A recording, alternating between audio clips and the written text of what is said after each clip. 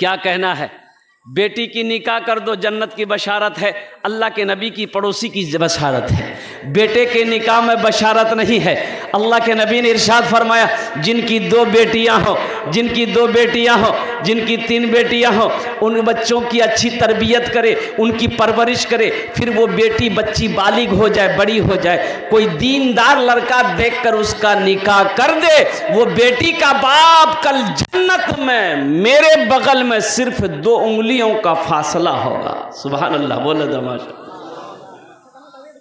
उस बेटी के बाप और मेरे दरमियान में सिर्फ 2 उंगलियों का फासला होगा। जिसने 2 बेटियों की परवरिश की, अच्छी तरबियत दिया, अच्छा सलूक किया, फिर वो बच्ची बड़ी हो गई, दीनदार लड़का देखकर, अच्छा लड़का देखकर उसका निकाह कर दिया, जन्नत में मेरे और उसके दरमियान में सिर्फ 2 उंगलियों का फासला होगा। तो दीनदार लड़का कैसे तलाश करोगे? दीनदार लड़का कैसे देखोगे? लेकिन कुर्बान जाओ, तुम जीन्स पैंट पहन के पेशाब करोगे, दीनदार कहाँ से बनोगे? दीनदार कैसे बनोगे? टाइट फिटिंग पैंट पहन करके पेशाब करोगे तो पता ये चलता है, ये टाइट फिटिंग पैंट पहनकर जो पेशाब करने बैठता है, पहली बात तो सही से बेचारा बैठ नहीं पाता है, बहुत मुश्किल से बैठता है, कुकड़ू होके बैठता है। अच्छा, प्रेशर में, जोर में आधा पेशाब तो जमीन पे निकाल देता है, वो बेचारा बाबू खड़ा होता है तो आधा पेशाब पैंटे में गिर जाता है। दीनदार लड़का देखकर अपनी बेटी की निकाह कर दो। मुअज़्ज़ज़ सामीन किराम, मेरे बच्चों, मेरे नौजवानों, दीनदारी हासिल करो, तालीम हासिल करो, अपने बच्चों को भी तालीम हासिल कराओ। एक वक्त की रोटी खाओ, एक वक्त भूखा रहना पड़े तो रह जाओ, लेकिन अपनी बेटियों को, अपने बेटों को तालीम दो,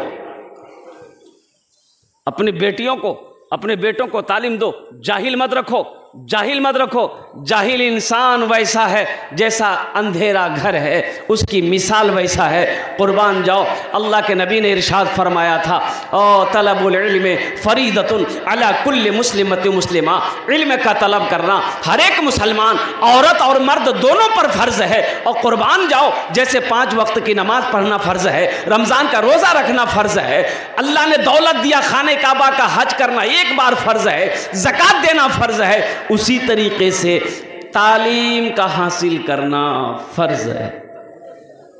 अब बेटियों का मकाम क्या है? अभी तो आलम यह है, अल्लाहु अकबर कबीरा, लोग बेटियों से मोहब्बत कम करते हैं, बाज़ लोग बेटों से बहुत मोहब्बत करते हैं। हम ये नहीं कहते कि आप बेटों से मोहब्बत नहीं कीजिए, भाई बेटे से मोहब्बत कर रहे हैं तो बेटी से भी मोहब्बत कीजिए। जितना बेटा को चाहते हैं उतनी बेटी को भी चाहिए, जितनी मोहब्बत बेटा से करते हैं उतनी मोहब्बत बेटी से भी कीजिए। लेकिन यहाँ देखा जाता है, जिसके पास 4 बेटी है, 4 बेटी हो गई, परेशान हो गया, बोला हजरत बस दुआ कर दिए मुन्ना हो जाए। दुआ कर देंगे, अच्छा मुन्ना हो गया, अब मुन्ना हो गया क्या?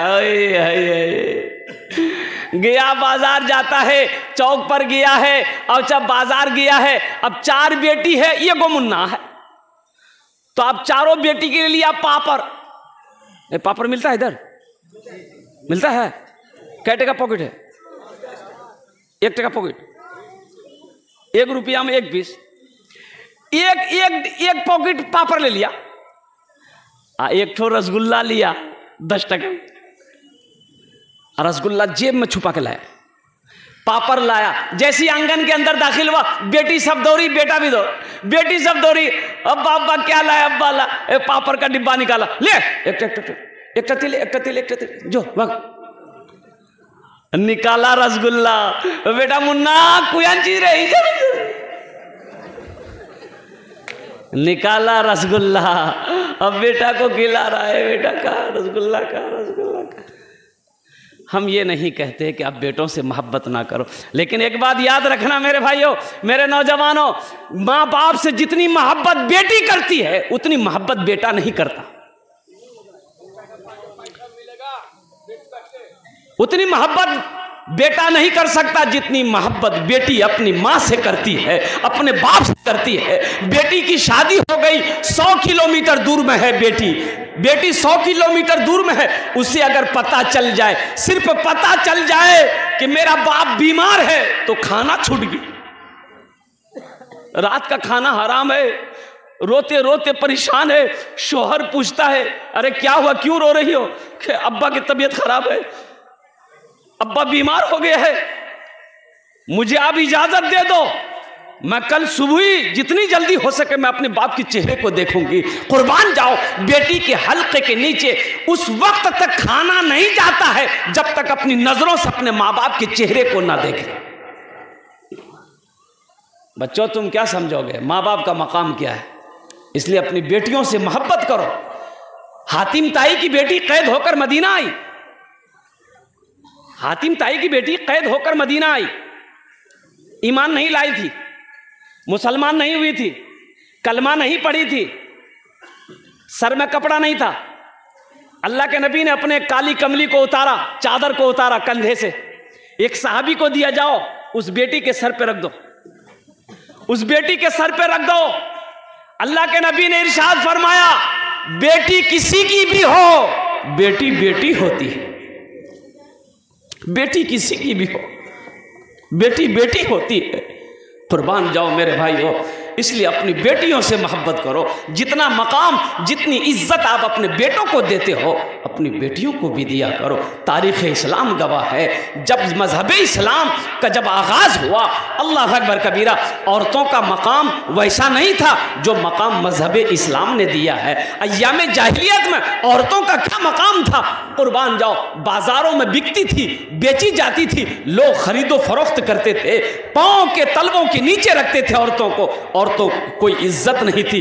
इमामुल अंबिया जनाब मुहम्मदुर रसूलुल्लाह सल्लल्लाहु अलैहि वसल्लम को अल्लाह ने नबी बरहक बनाकर भेजा। ऐलान फरमाया कि लोगों, जितना मकाम मर्दों का है उतना मकाम औरतों का भी है। तो इंशाअल्लाह मेरे भाइयों, जितनी मोहब्बत बेटों से करेंगे उतनी मोहब्बत बेटी से करेंगे इंशाअल्लाह। भाई करेंगे, कितने लोग करेंगे जरा हाथ उठाओ इंशाअल्लाह। अच्छा, बच्चा सब भी उठाया है, हाँ, तो कल होकर ये भी जवान होगा, ये भी नबी के सुन्नत के मुताबिक निकाह करेगा और इंशाअल्लाह अल्लाह इसके घर में भी औलाद अता फरमाएगा, चाहे वो बेटे की शक्ल में हो चाहे बेटी की शक्ल में हो इंशाअल्लाह। मौजूद सामने किराम, मैं आपको क्या बता दूँ, अब बताता चलूँ। एक आदमी शादी किया, एक आदमी शादी किया, ओ हो, शादी करने के बाद आया, बीवी को सामने बैठाया, तो बीवी से बोला कि अच्छा ये बताओ तुमको बेटा पसंद है कि बेटी पसंद है? तो बीवी बोली कि ये तो अल्लाह की खेती है, अल्लाह बेटा दे दे या अल्लाह बेटी दे दे। बोला नहीं, ये बात सही है, लेकिन मैं हमसे पूछो हमको क्या पसंद है। तो बीवी बोली कि बोलिए आपको क्या पसंद? बोला कुछ हो, हमको बेटा चाहिए। बोला इसमें हम क्या करेंगे?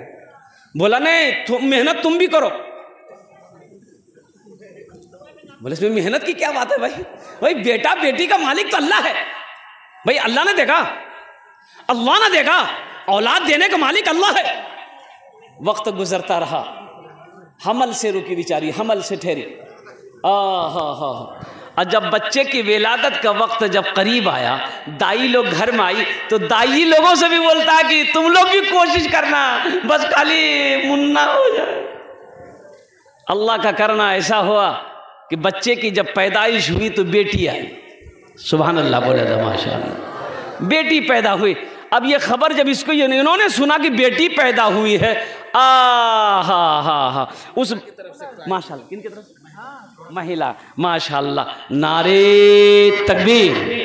देखिए हमारी माँ बहनों की तरफ से ये आदत तोहफा आया है मदरसे के लिए। अल्लाह इस बहन के इस ताउन को कबूल फरमा ले, आमीन बोले अल्हम्दुलिल्लाह। माशाअल्लाह भाई, बेटी पैदा हुई, अब बेटी की शक्ल को देखने को तैयार नहीं, बेटी को गोद में लेने को तैयार नहीं। लोगों ने समझाया बुझाया, समझ बुझ गया, मान गया।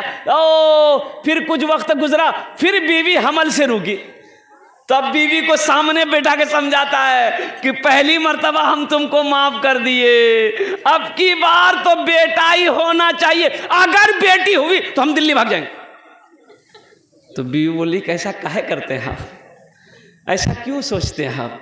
बेटा और बेटी देना ये मेरे अल्लाह का काम है, ना इसमें आपका काम है, ना इसमें मेरा कोई काम है। और अल्लाह का करना ऐसा हुआ कि जब दूसरी बच्चे की विलादत हुई तो बेटी की शक्ल में, और हकीकत में बेटी की शक्ल में भी घर छोड़ के भाग गई। ढूंढ ढूंढ ढूंढ ढूंढ 4-5 दिन के बाद इसको पकड़ के आदमी लेके आया, समझाया बुझाया, समझाया बुझाया, और कुर्बान जाइए मान गया। अब अल्लाह का करना, वक्त गुजरता रहा, तीसरे बच्चे का हमल रुका। अब तीसरा बच्चा जब पेट में रुका तो बीवी को बोला बस समझ लो अब फाइनल है, अब की बार अगर बेटा नहीं हुआ तो हम गाड़ी पकड़ेंगे, डायरेक्ट दिल्ली जाएंगे, तुम्हारे पास कभी नहीं आएंगे।